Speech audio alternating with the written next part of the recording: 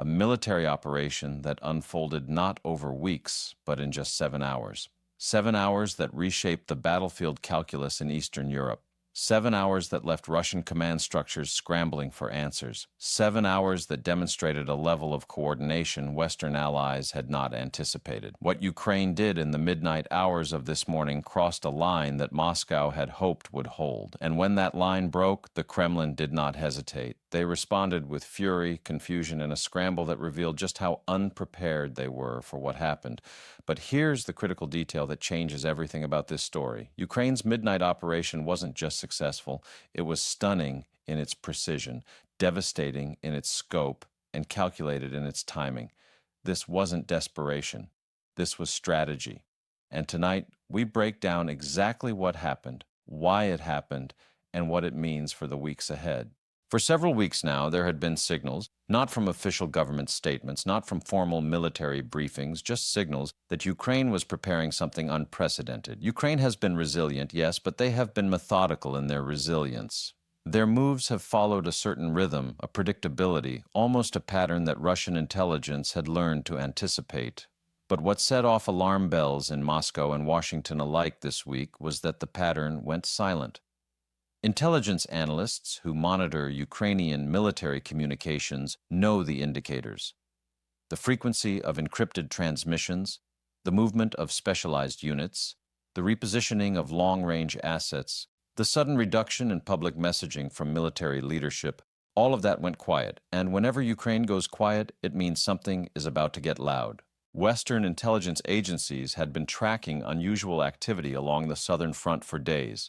Satellite imagery showed movements that didn't match standard defensive postures. Communication intercepts revealed an increase in operational security protocols that typically precede major actions. But the specific target remained unclear.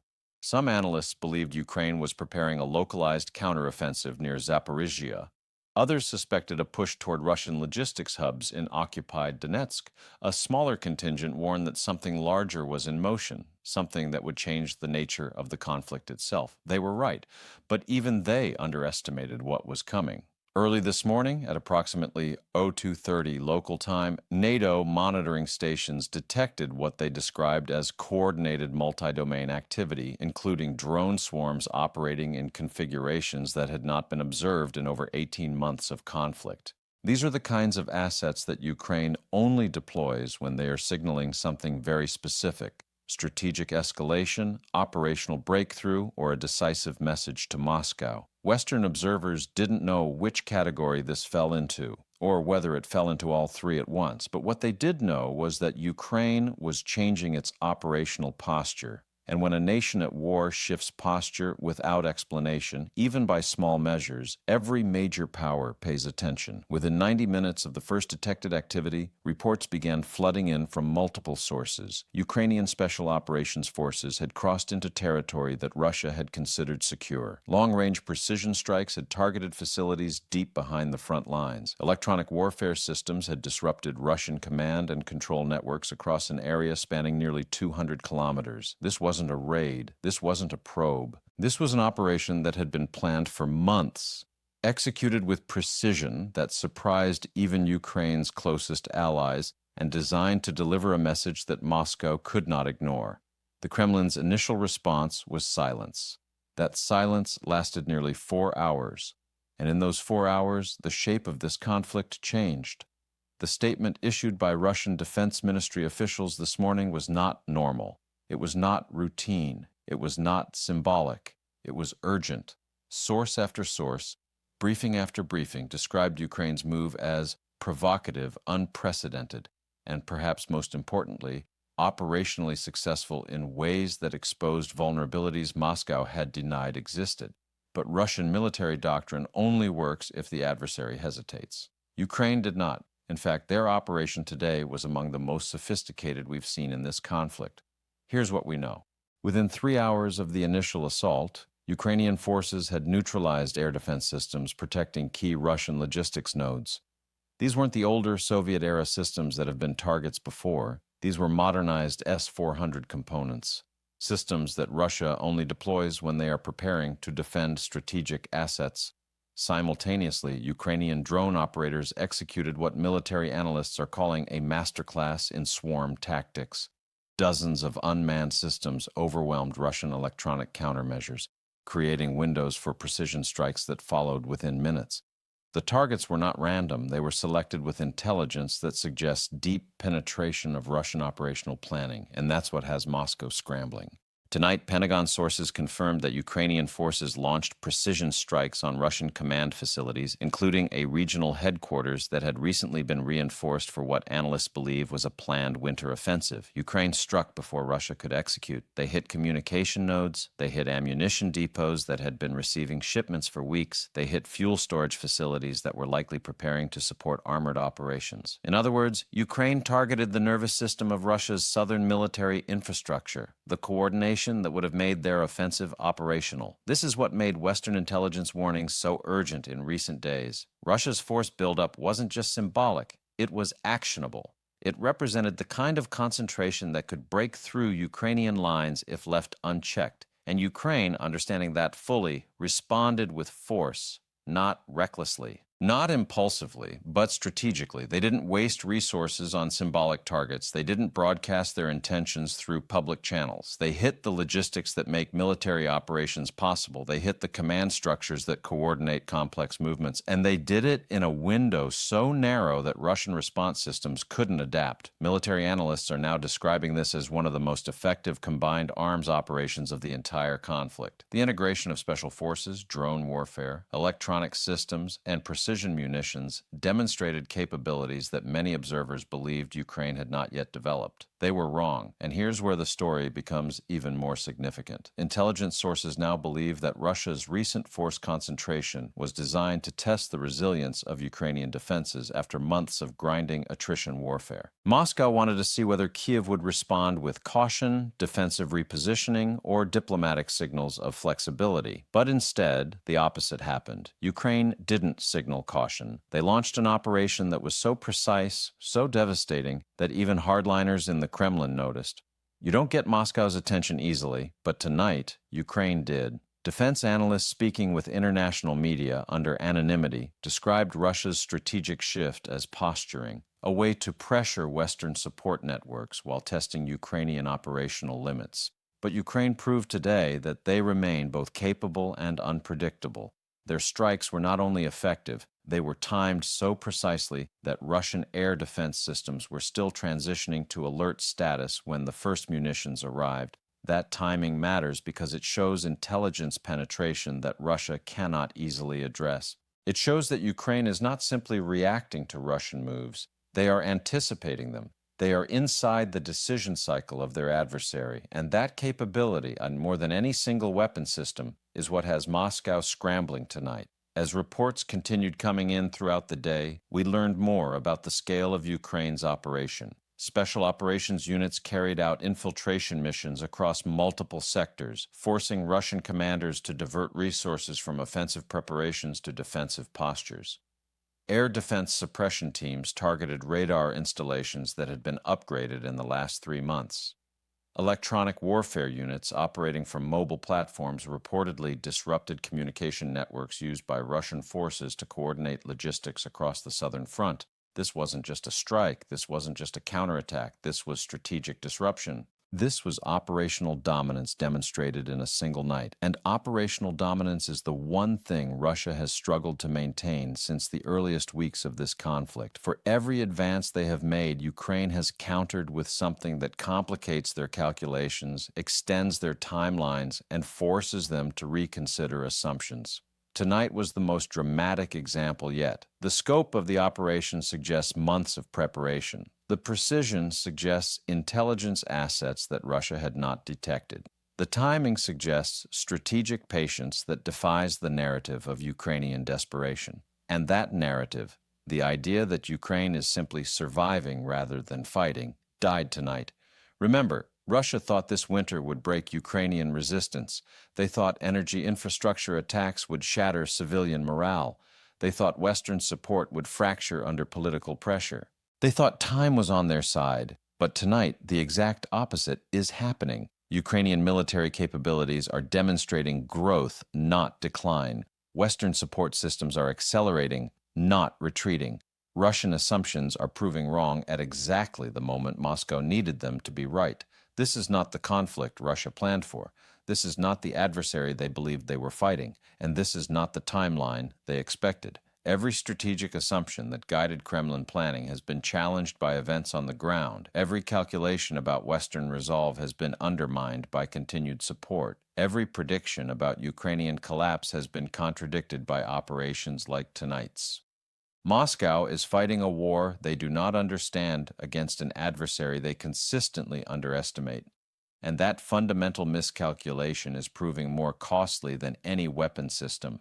What makes this moment so consequential and so dangerous is that Russia's latest moves happened at a time when Vladimir Putin is under immense domestic pressure. Military hardliners want escalation and total mobilization. Economic advisors want stabilization and sanctions relief. Political allies want victories they can present to the Russian public. International partners want resolution that preserves their own interests. Putin is balancing these demands while managing a military operation that has exceeded every original timeline and cost projection. And when leaders in that position make sudden moves, they're not doing it from strength, they're doing it from pressure, they're doing it from vulnerability. The force concentration that Ukraine targeted tonight wasn't just military strategy, and it was political necessity. Putin needed something to show. He needed progress that could justify continued sacrifice. He needed a narrative of momentum. Tonight, Ukraine took that narrative away, and leaders under pressure who lose their narratives become unpredictable. That's what has Western capitals on alert tonight, not just the military implications,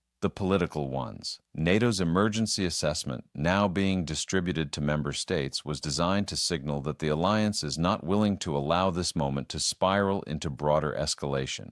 Officials said plainly that Russia's recent force concentration was inconsistent with their stated defensive posture. That is diplomatic language for, "We know what you were planning and we're watching."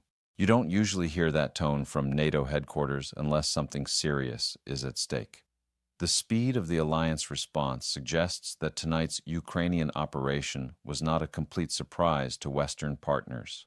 The sophistication of the strikes suggests coordination that may have included intelligence sharing at levels not publicly acknowledged. And the precision of the targets suggests that Ukraine is operating with information that goes beyond their organic collection capabilities. None of this is being said officially, but the implications are clear to anyone paying attention. Meanwhile, Ukrainian President Volodymyr Zelensky addressed his nation in a measured, defiant speech tonight. He said, "We did not choose this war, but we choose how we fight it." He said, "Tonight we demonstrated that Ukrainian courage is matched by Ukrainian capability."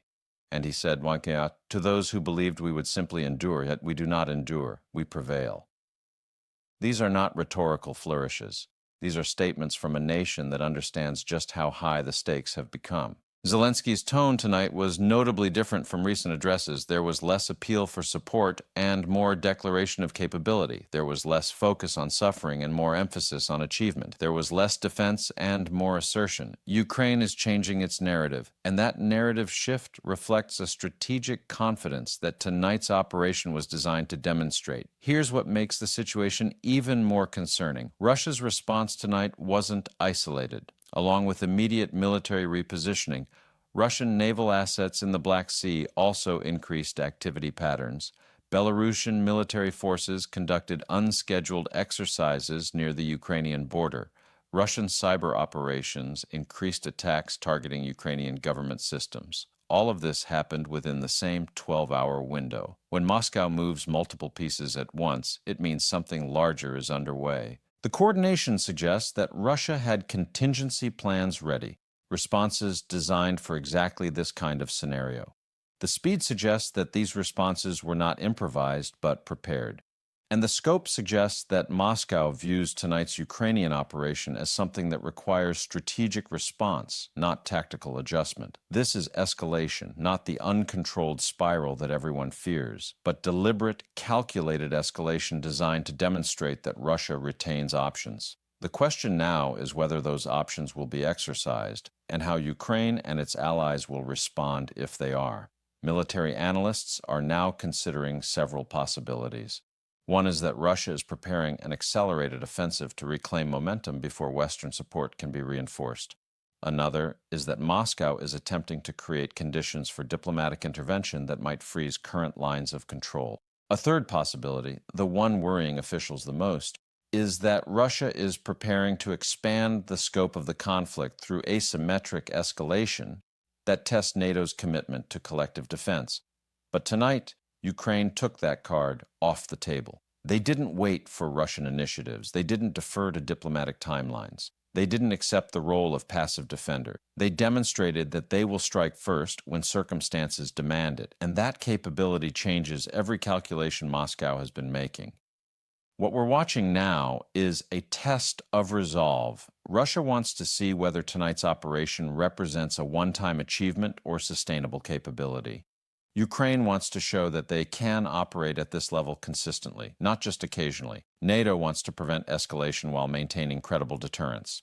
And the broader international community wants to prevent this conflict from expanding beyond its current boundaries. These interests don't always align, and the next 72 hours will reveal which interests prevail. Tonight, we've heard from military sources who are now monitoring Russian force repositioning in real time. They say defensive preparations are being accelerated across multiple sectors. They say air defense systems are being redeployed to protect assets that were previously considered secure. And they say Russia's decision to concentrate forces near the front was likely part of a winter campaign intended to achieve decisive gains before spring. But Ukraine is not conceding the initiative. In fact, Ukraine is demonstrating that initiative belongs to those who seize it. Their operation tonight, precise, coordinated, and devastating, sent a message to Moscow that assumptions about Ukrainian limitations are dangerous. And it sent a message to Western allies that their support is producing results that exceed expectations. As the hours go on, we expect more details to emerge about what exactly Russia hoped to achieve with their force concentration and what Ukraine's operation cost them.